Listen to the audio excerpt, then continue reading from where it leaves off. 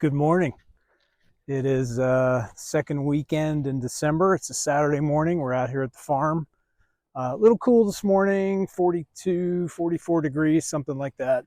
Um, I know it's the same old story, but we're going to continue some work on the autumn olives. There was some snow out here, a few patches of snow around. But today we're going to get back in the field. Got a good charge on the battery. Not much tordon left. So when that's done, we're probably done, and we're going to move on to the chainsawing in the woods that I've wanted to do. So short little video today, but just take you along for the ride.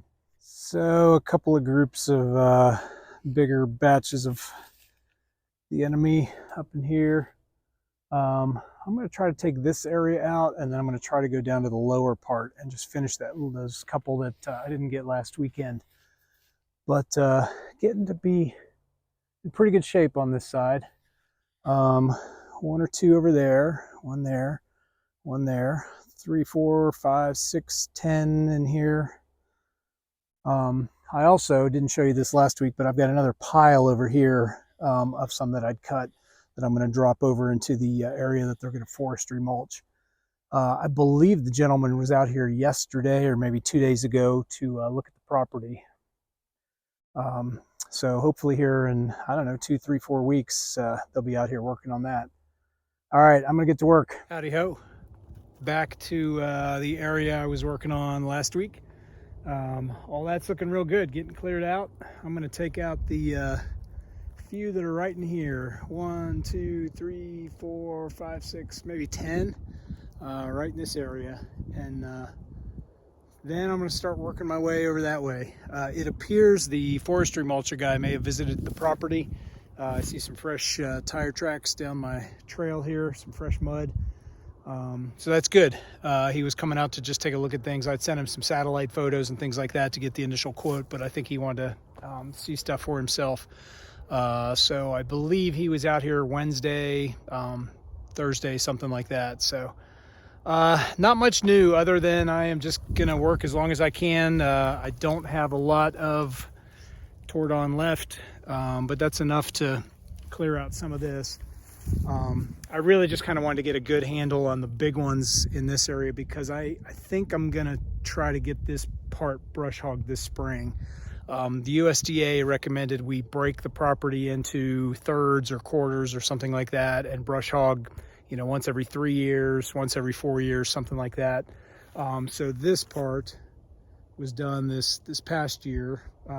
It's probably about a third of the lower pasture, but I'm kind of thinking this part may need it this year. So if I get the big autumn olives out, that way they can run a brush hog. I did want to point out too, I had a couple comments about bush hog versus brush hog. They're basically the same thing. I think bush hog is an actual company, but a lot of people call it a brush hog because it chops down brush, I guess. Chops down bushes as well. So I don't know. Brush hog or bush hog? I'd call it brush hog. All right, gonna get to work. Hey, welcome back. It's been about an hour. It's 11 o'clock, and I've gotten a lot of work done. I'm really happy with what I got accomplished today. At this point, I'm out of tordon, so there's no more spraying. I think the batteries were going down, so there's probably not much more cutting anyway, but that's okay because I've got about 2 hours of work ahead of me in terms of clearing out what I've cut from this pasture and dragging it into the piles, dragging it into the areas where the forestry mulcher will be coming through. I decided to go the Henry Ford approach, so I just did the hack and spray, took everything down. So now all over this field are spots like this where it's been cut, just dropped right there, cut and dropped. And I do want to go back and get all this brush. You can see this grass grows up pretty tall. So if I leave that brush there, it's just going to create a mound of grass here. So now the trick is just going to be that I got to go back to all these areas where I've cut stuff down and just kind of left it there. Have to drag it out. Like here's an example. Just cut it, sprayed it, and left it here. And now I will drag it out. Depending on which side of the pasture I'm on, I'll drag some of them down to that pile right there. and others I will drag over into this area because all of that is going to get forestry mulched. I did discover, where was that? I guess, well, here's an example. This is the start of multifloral rose. I don't know if that'll come into focus, the thorns that are on that thing. But this is just how it starts, like 1 or 2 and 3, and then it starts to grow. And then all of a sudden you've got an entire area that's just infested with it. So when we come in and brush hog, that'll help tamp some of that down. The best thing to do is to spray it, but it's just about impossible to get them all. Really cloudy day. You can see what we think is Mount Limestone. I put a post on Facebook asking the locals what that was.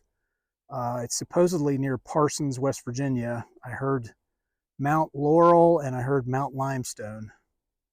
And somebody else said it's the mountain the Grinch lives on. All right, so I got a lot of work to do.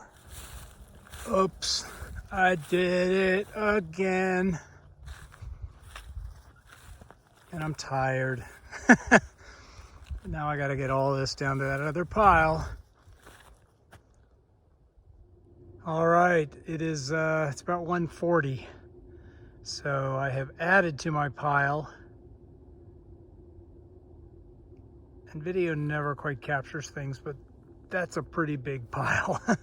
So this is the entire area in the lower part that's going to get cleared out. And that way it goes right up to the woods there. This stuff is so nasty.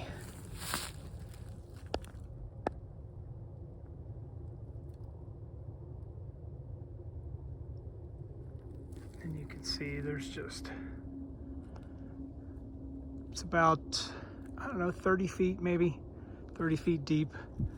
And then probably about 100 yards long. All right, so I got all the autumn olives from there down to this pile. Now I got to go up to that corner, and I have a lot stacked up there that I need to drag into that area. So the work continues.